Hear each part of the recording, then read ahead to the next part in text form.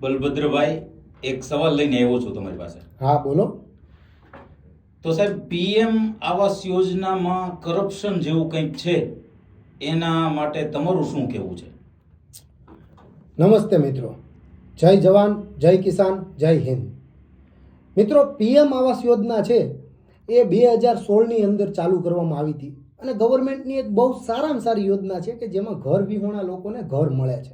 પણ લોકોના એવા મંતવ્યો છે આમાં કે જેણે 2016માં ચાલુ થઈને 2017માં એપ્લાય કર્યું હોય, બરાબર, અને એને આજ દિન સુધી હજી ઘર મળ્યું નથી. અને ઘણા બધા એવા લોકો પણ છે કે જેને 2-2 મહિનામાં 4-4 મહિનામાં ઘર મળી જાય છે.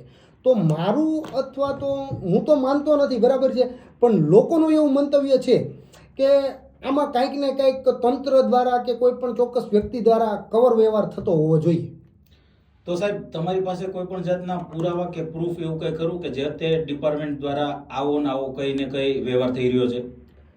સાહેબ, મારી પાસે એવા કોઈ પણ પ્રકારના તંત્ર ઉપર કે કોઈ પણ કમિટી ઉપર કે કોઈ પણ વ્યક્તિના ખિલાફ પુરાવા નથી, બરાબર. જો પુરાવા હોય તો હું અહીંયા બેઠો હોય ખરા, હું એસીબીમાં જઈને ડાયરેક્ટ જાણ ના કરી દઉં.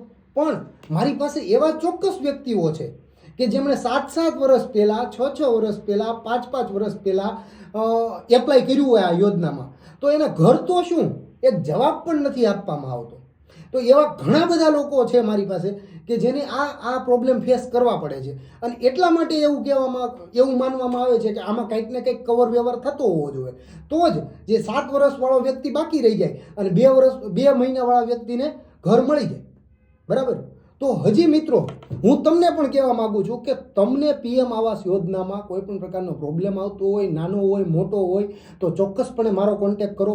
હું અને મારી ટીમ બંને સેવા ભાવની દ્રષ્ટિથી તમારી સાથે કામ કરશું અને તમારા પ્રોબ્લેમનું જે કાંઈ પણ સોલ્યુશન આવશે એ લાવવાની કોશિશ કરશું આપણે. જય હિન્દ, જય ભારત, જય જવાન, જય કિસાન.